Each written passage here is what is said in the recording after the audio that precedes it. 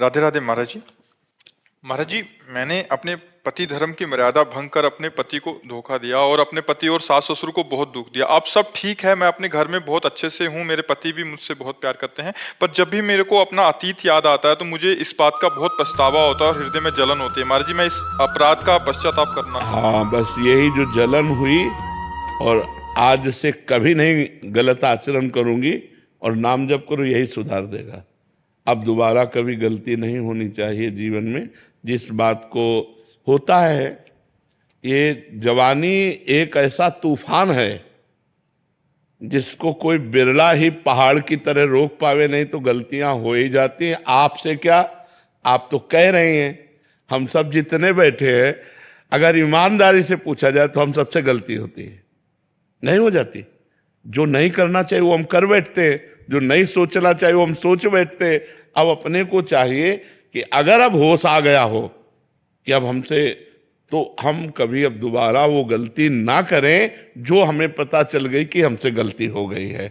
आप अपने जीवन को पवित्र रखिए और कभी हम प्रार्थना करते हैं कि अपने पति प्रेम में कमी मत आने दीजिए, क्योंकि लोक और परलोक इसी में बनेगा, धर्म से चलने से।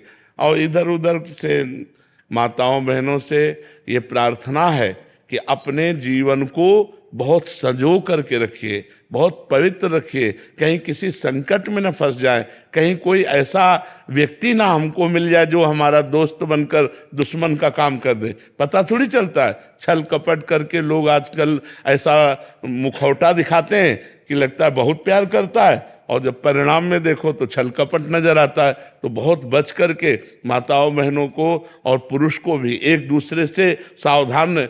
तो आजकल हमको चाहिए कि हम थोड़ा अपनी बुद्धि को ठीक करें, नाम जप के द्वारा भगवान के संतों का संग करके अपनी बुद्धि शुद्ध करें और गलत आचरणों से बचें।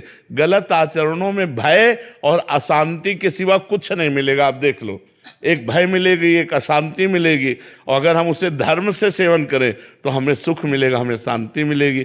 तो सुख शांति धर्म में है, अधर्म में नहीं है। और हम धन्यवाद देते हैं आपको कि आपने हिम्मत करके अपनी कमी को समाज में कहा। आप आगे से कमी मत कीजिए, अपने पति से प्यार कीजिए। मैं पूरे उनकी तरफ समर्पित हूँ। अभी खुश भी हूँ मैं अपने घर में, पर मन से बात जा नहीं रही। नाम जप करो, इससे ठीक हो जाएगा। नाम जप करो, ठीक हो जाएगा। वो एक गलती है, जीवन में हो जाती है, अगर इसे आप ज्यादा बनाए रखेंगे तो डिप्रेशन में पहुंचा देगी। नाम जप में भी मन नहीं लगता है। नहीं, नाम जप करो। दवा में कड़वी भी हो तो हमें खाना चाहिए, तो ऐसे ही मन लगे न लगे हमें नाम जप करना चाहिए। भाव को भाव अनखालसहु नाम जपत मंगल दिस दसहु, नाम जप करो। राधे राधे महाराज जी। महाराज जी, मैं अत्यंत दुखी और परेशान हूँ। बार बार आने वाले बुरे विचार, ईर्ष्या, गुस्से और कुछ ही मिनटों में आध्यात्मिक विचलता आ जाती है। मैं अच्छा इंसान बनना चाहती हूँ पर मन ये बार बार गिरा देता है। नाम जप करने का देखो, ये प्रयास ना समझा जाए कि हमारी बुराई कही जाती है। लक्षणों से पता चलता है कि हमारे द्वारा पाप कर्म हुए हैं। पाप कर्म के कारण ही हमारी बुद्धि में अशांति, कामनाएं, निगेटिव विचार, विक्षेप ये आते हैं। हम शास्त्रीय बात कह रहे हैं।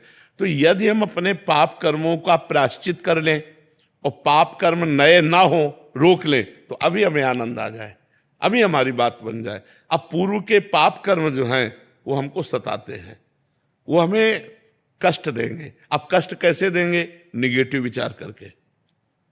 नकारात्मक सोच ही सबसे बड़ा कष्ट है। नहीं, अगर शरीर में पीड़ा है और सोच सकारात्मक है तो बड़ी मस्ती रहती है, और शरीर स्वस्थ है और सोच नकारात्मक है तो डिस्टर्ब रहता है आदमी। वही तो फिर डिप्रेशन में पहुंच जाता है आगे चलकर।